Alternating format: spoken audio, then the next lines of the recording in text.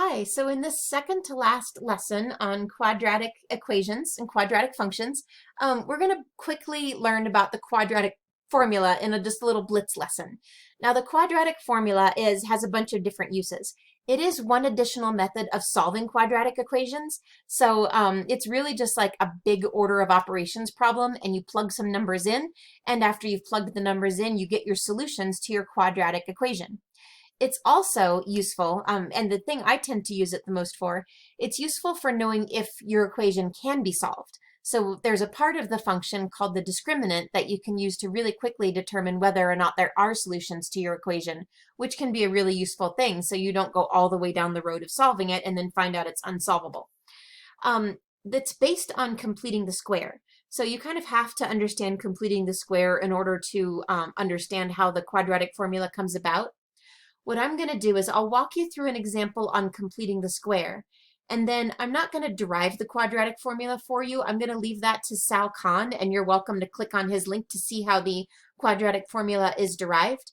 But basically, the quadratic formula is derived by doing what you do to complete the square, but doing this with symbols instead of with numbers.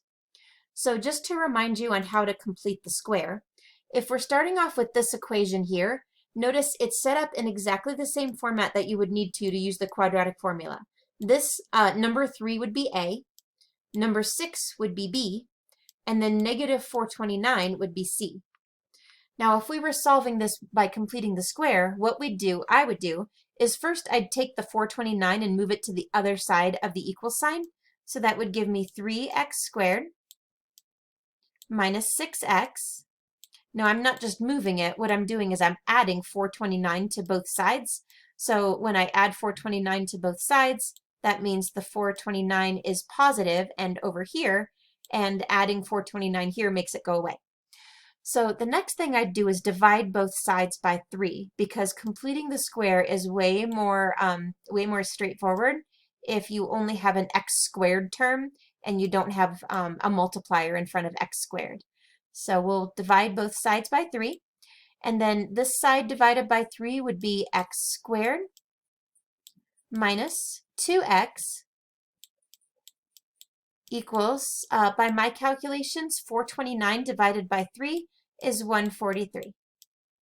Okay, so next we're ready to complete the square. So in this gap right here, we're going to add the number that would complete the square.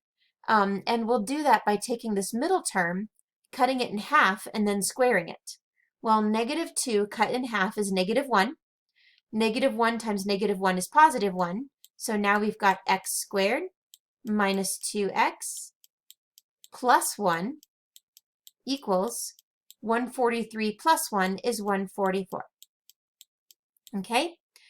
Next, we're going to rewrite this side in factored form now that we've turned it into a perfect square trinomial. Remember, a perfect square, this constant is, if you take this and cut it in half, it's the same thing as the square root of this last number. And so what we'd factor it out as x minus 1 quantity squared. So it's whatever this middle term is, cut in half, that goes there, equals 144. And now we're ready to square root both sides. So we square root over here, we square root over here, and this becomes x minus 1. And the square root of 144 is 12, but it could also be negative 12. So we could write that as plus or minus 12. And then, of course, we would add 1 to both sides. So you could write it as plus or minus 12 plus 1. And then there's two solutions. Plus 12 plus 1 is 13, and minus 12 plus 1 is minus 11.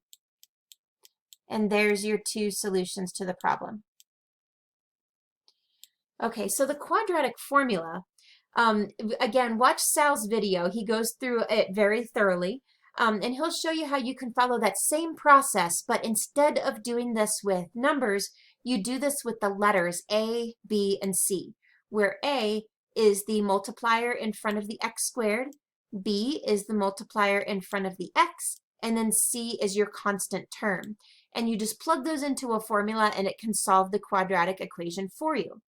So I'm going to erase these, and then I'll write down what the quadratic formula is, and we'll use it to solve a couple of quadratic functions, and then to see how it can tell us how many solutions there are. So we'll scroll down a little bit.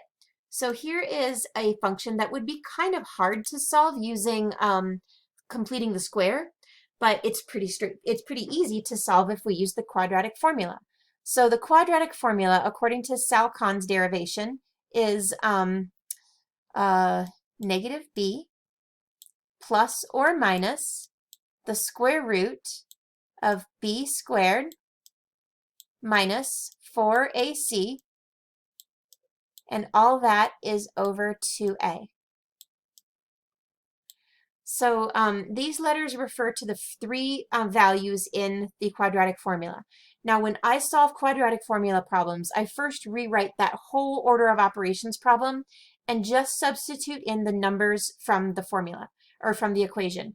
Now, one thing I need to make sure I do is I have to make sure it's equal to 0 first, and this is not equal to 0. So let's subtract 9.6 from both sides. Now the equation is 2x squared plus 1.4x minus 19.6 equals 0. Okay, so now we're ready to plug these into the formula. So we're going to start off with this negative b. This is a positive 1.4, so negative 1.4 goes first. And actually, I'll go through and just write down what a, b, and c are, just to get it straight in my head. A is 2. B is 1.4, and C is negative 19.6. Okay, so the formula, negative 1.4 plus or minus, we'll do a big square root symbol, B squared, so it's going to be 1.4 quantity squared minus 4 times 2 times negative 19.6. Really be careful about keeping track of your signs in all this. That would be the most common way to screw it up. Okay, next on the bottom we have a denominator, and that's 2 times a. A is 2, so the denominator is 2 times 2. Okay, then like I said, it's a big order of operations problem. So this big square root sign acts like parentheses. We'll solve what's in there first. Inside here, there's an exponent, and then there's multiplication. So we'll do both of those. 1.4 squared, I have to use my calculator to find out what that is. 1.96, so it's negative 1.4 plus or minus the square root of 1.96. So then I would do minus 4 times 2 times minus 19.6. So let me calculate that first. 4 times 2 times 19.6, and that's 156.8, but it's negative, and I'm subtracting a negative. So subtracting a negative means you add. So I'm adding 156.8. Really watch your signs here, okay? Know that if you're subtracting a negative, that's the same thing as adding. But if you do a negative times a negative, that makes it a positive. So you really need to be meticulous and careful about keeping track of all those. And all that is over 2 times 2, which is 4. Okay, next step, we'll finish simplifying this. 1.96 plus 156.8. And that's 158.76. And the square root of 158.76 is 12.6. So what we've got here is negative 1.4 plus or minus 12.6 divided by 4. So it's really not a super hard problem once we get down to this part. So we would solve this then as two solutions. Negative 1.4 plus 12.6 is 11.2, and I'll divide that by 4. So that's 2.8. And then negative 1.4 minus 12.6, that's negative 14. Negative 14 divided by 4 is negative 3.5.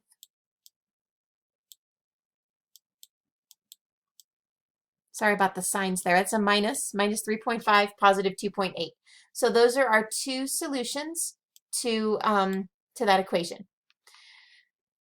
So I'll leave this next one as an exercise for you to do, but you would do the same kind of process. Take these three numbers, 6 is A, 1.8 is B, negative 2.4 is C, and plug them into the quadratic formula.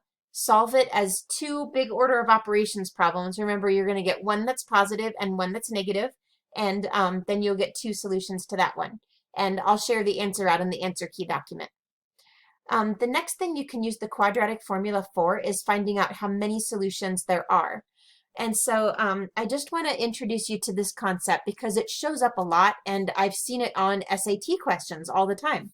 So what I want to point out is that in the quadratic formula, there was the square root of b squared minus 4ac. And this was part of the quadratic formula. There we go. So b squared minus 4ac, that has a special name, and that's called the discriminant. I'll spell it out once I get my text tools back. So with the discriminant, you can see some important properties of the quadratic function. You know that if you're taking the square root of a positive number, that's something that you can do. It's not always going to be a pretty answer, but you can take the square root of any positive number. However, if this is a negative number, you can't take the square root. Square roots of negative numbers are impossible. You get imaginary numbers. And so if there's a positive discriminant, then you know you're going to have two solutions. There'll be one that's positive and one that's negative. So positive discriminant is two solutions. A negative discriminant means there are no solutions because you can't take the square root of a negative number. The third possibility with the discriminant is if the discriminant is 0. If b squared and 4ac are exactly the same, and you get b squared minus 4ac and you get 0, in that case, there is one possible solution. So you only get one solution if the discriminant's 0, because then there isn't a positive and a negative answer. It's just 0. So we're going to check that with these three. All we're going to do is just look at the discriminant to see how many solutions there are. So with 5x squared plus 30x plus 2, we're going to plug in a, b, and c into this discriminant formula. So we'll do b squared, 30 squared is 900. I can do this. There we go. Minus 4 times a times c. So 4 times 5 times 2. 4 times 5 is 20, times 2 is 40, so that's 900 minus 40. And I don't know for sure what the answer is or what the square root of it is, but 900 minus 40 is positive. So in this case, there are two solutions. I don't know what those solutions are yet, but I can tell you for sure there are two solutions to this quadratic formula. Next one, I should have set this equal to 0. I'll make sure I do that in the final version of this document. So there's my A, there's my B, there's my C. So I'll plug those into the discriminant and find out how many solutions there are. So 5.8 squared, I need to plug that into a calculator to do that. 5.8 times 5.8 is 33.64. 33.64. I'm actually, if it's okay, I'm going to get rid of the drawing tools and I'm just going to type this one. So that word I told you I'd spell earlier is the discriminant, and it's the square root of b squared minus 4ac. Okay, so we'll do that for this one. 5.8 squared is 33.64, and then 4 times a times c would be 4 times a is 1 in this case because that's just 1x squared. 1 times 8.41. Okay, and then I'll solve what 4 times 8.41 is. Oh, interesting. It's 33.64 minus 33.64.